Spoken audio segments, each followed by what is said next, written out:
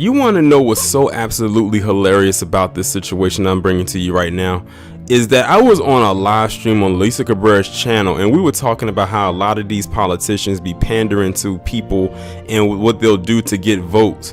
And I said, you know what? A lot of them are probably not even going to make it to the ballot to be the Democratic nominee to go against Trump. And I said that, and it's like I put that out there into the universe, and the universe responded rather quickly. Because according to this article, Tom Steyer has officially dropped out of the presidential race. And what makes this so interesting is that he just tried to do a heavy pandering campaign to black people, like literally within the day or 2 days of him then dropping out of the race. Now, if you don't know what I'm talking about, basically he went to Allen University and he had Juvenile, the rapper Juvenile. He dug him up from somewhere and had him on stage singing "Back That Ass Up." Listen, that video is so cringy. Like, it is so cringy to look at. I mean, Tom Steyer is so offbeat. It is absolutely ridiculous. And to see Juvenile up there just literally degrade himself because maybe he needs the check, like LVZ said in the live stream, that just speaks heavy volumes right there. What a lot of black people will do in order to not, one, get a check, but two, get the attention that they feel that they need, that they're no longer getting. And now that they're getting it, it's like whatever. Now, mind you, Allen University was right, literally smack dab across the street from where I went to school at. Like right across the street from where I went to school at. And like I could walk right across the street and boom, there I was. So to see that, it was like, just so cringy. But now, after all of that, that wasn't enough to save his campaign.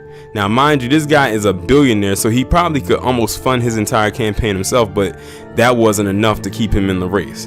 So Tom Steyer is officially out of the race, and I'm going to read this article and see what else we learn. Former hedge fund manager Tom Steyer announced Saturday night he was ending his campaign for the Democratic nomination after a disappointing finish in the South Carolina primary. I said if I didn't see a path to winning, that I would suspend my campaign, and honestly, I don't see a path where I can win the presidency, said Steyer at the event in Columbia, adding that he would, of course, be supporting the eventual nominee because they're all a million times better than Trump.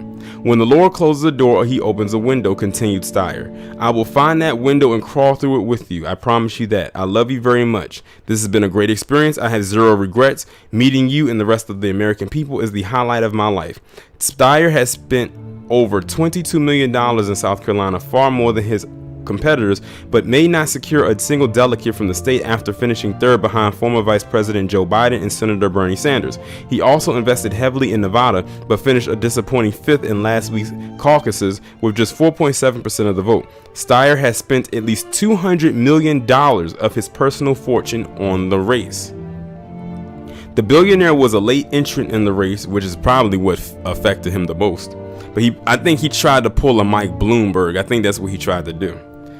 Changing his mind after initially saying he wouldn't run and jumping into the field in July, using his personal fortune to solicit donors on social media and leaning on the email list he had accrued with an impeachment campaign against President Trump. Steyer was able to qualify for the late October debates, leading to complaints from some of the other candidates in the race that he had brought his placement with the frontrunners.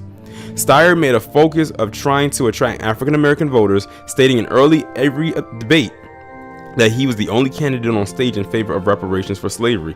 Well, that can be debated, because wasn't Marianne Williamson one of the first ones to say something about reparations, and they got her out of there real fast. Now, the only flaw in her statement was the amount that she was trying to get was way too low, but she was one of the first ones we heard actually say something.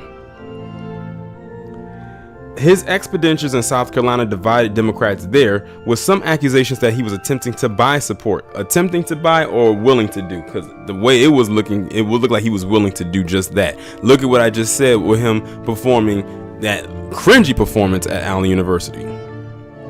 Steyer was also outspoken in his support for emergency action on climate change, which he also tied to race. See, the thing is, and I was actually talking to somebody about this earlier, is a lot of black people are finally becoming slightly or even a little bit more politically correct than they were maybe even 20 some maybe 30 years or more ago.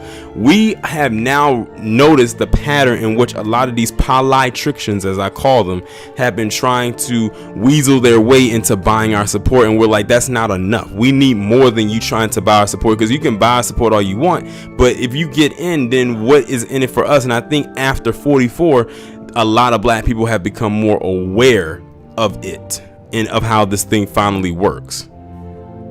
I believe that in every major policy there is an unspoken area about race, Steyer said in the January interview with the Yahoo News. For instance, I'm saying climate is my #1 priority. I'm also saying our climate plan is called a justice-based climate plan, and it starts in the communities like I say Denmark, South Carolina, or Flint, Michigan, where people can't drink the water. We know who lives there, African Americans. We know who lives in the San Joaquin Valley, where people can't drink the water safely out of the taps, low-income Latinos. Compared to the vitriol faced by former New York City Mike Bloomberg, the second billionaire to enter the Democratic race, Steyer was generally well received by his fellow candidates. He briefly became a meme after an awkward moment following the conclusion of the January debate, where he was attempting to say hello to Sanders while the senator was having a conversation with Senator Elizabeth Warren. In another debate moment, Steyer said he disagreed with former nominee Hillary Clinton's statement that nobody likes Sanders. Last year, Steyer also went out of his way to defend former Vice President Joe Biden after Trump urged foreign governments to help investigate Biden and his son Hunter, eventually leading to the president's impeachment by the House and acquittal by the Senate. This is an attempted smear by the Trump campaign, just the way he tried to smear Hillary Clinton, Steyer said in the September interview with Yahoo News. I think that Mr. Biden should be left out of this. I don't think he's done anything wrong. I think a bunch of newspapers looked at it and decided he hadn't done anything wrong. Well, another one done bit the damn dust, and I'm sure more will continue to fall. I have a feeling that Mike Bloomberg is probably going to be the next one to falter. I'm telling you, the three is probably going to come down to is Bernie Sanders, Elizabeth Warren or Pocahontas Warren, and Joe Biden, Jim Crow Joe, or Mr. Touchy-Feely Joe, as I like to call him. It's probably going to come down to those three. So I'm just waiting for the other shoe to drop, which will be Mike Bloomberg. And that one's going to be so extremely epic, considering what we know about him. But as for this Tom Steyer person, I can honestly say I've never done a video about him on my channel. I think I've talked about everybody else except him, and how ironic, the first and possibly maybe the only time I ever talk about him on my channel is when I'm giving him his walking papers with the sound of this violin and this epic Petty Pendergrass production. Y'all let me know what y'all think about this down in the comments. Like, share, subscribe. Make sure you follow me on Twitter if you haven't done so already. Have your notifications turned on, and I will talk to you in the next one.